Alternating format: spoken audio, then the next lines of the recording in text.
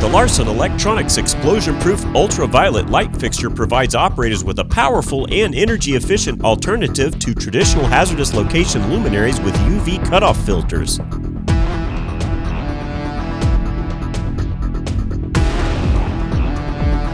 This fixture uses advanced LED light technology to produce ultraviolet light and is T6 rated for hazardous locations where UV lamps are used in paint and adhesive curing, food inspection, or for non-destructive testing.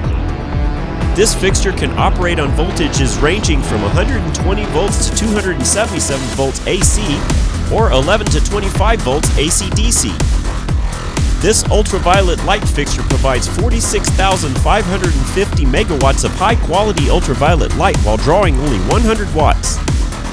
This LED light fixture has an excellent 50,000-hour rated lifespan.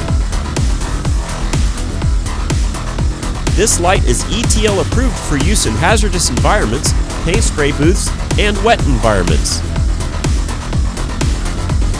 The copper-free aluminum alloy body is powder-coated for added durability and an attractive aesthetic appearance.